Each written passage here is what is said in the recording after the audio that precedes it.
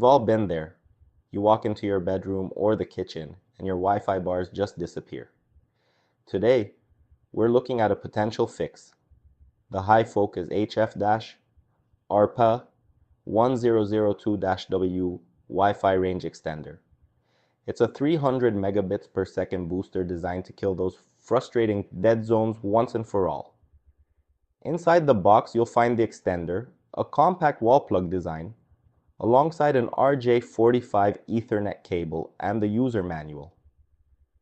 The unit itself features two external antennas to help catch and throw the signal, and a side-mounted button that serves two purposes: a quick 1 to 3 second press triggers WPS pairing, while a longer 8-second hold resets the device to factory defaults.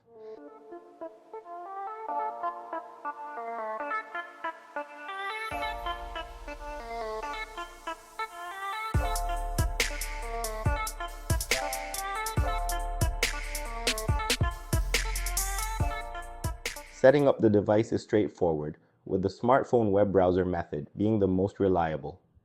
First, plug the extender in and connect your phone to the Wi-Fi network named hifocus_ext. A setup page should pop up automatically, but if it doesn't, you can manually enter hifocusext.local into your browser address bar. Once you tap Start Now, you'll select your home Wi-Fi and enter your router's password. The manual even allows you to customize the extender's name. For example, you can keep it the same as your router for a seamless feel, or add a suffix like guest to distinguish the two. If you prefer a shortcut, the WPS method allows you to simply press the WPS button on your router and then on the extender within 2 minutes to pair them instantly. But some basic model routers might not have the WPS button. Then you'll have to do the other way. While most people use this device for just wireless repeating, the AP access point mode is actually its most powerful feature. If you have an Ethernet cable running to a distant part of your home, like a basement or a detached garage, you can plug it directly into the extender. In this mode, the device doesn't have to struggle to reach your router's Wi-Fi. Instead, it converts the wired connection into a brand new, full-strength wireless hotspot.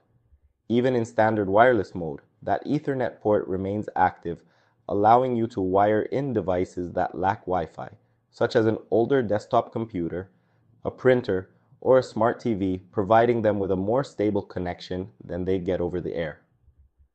The placement of the device is the most critical factor for success, and the manual is very specific about the Midway Rule. You shouldn't place the extender inside the dead zone itself because it won't have a signal to repeat.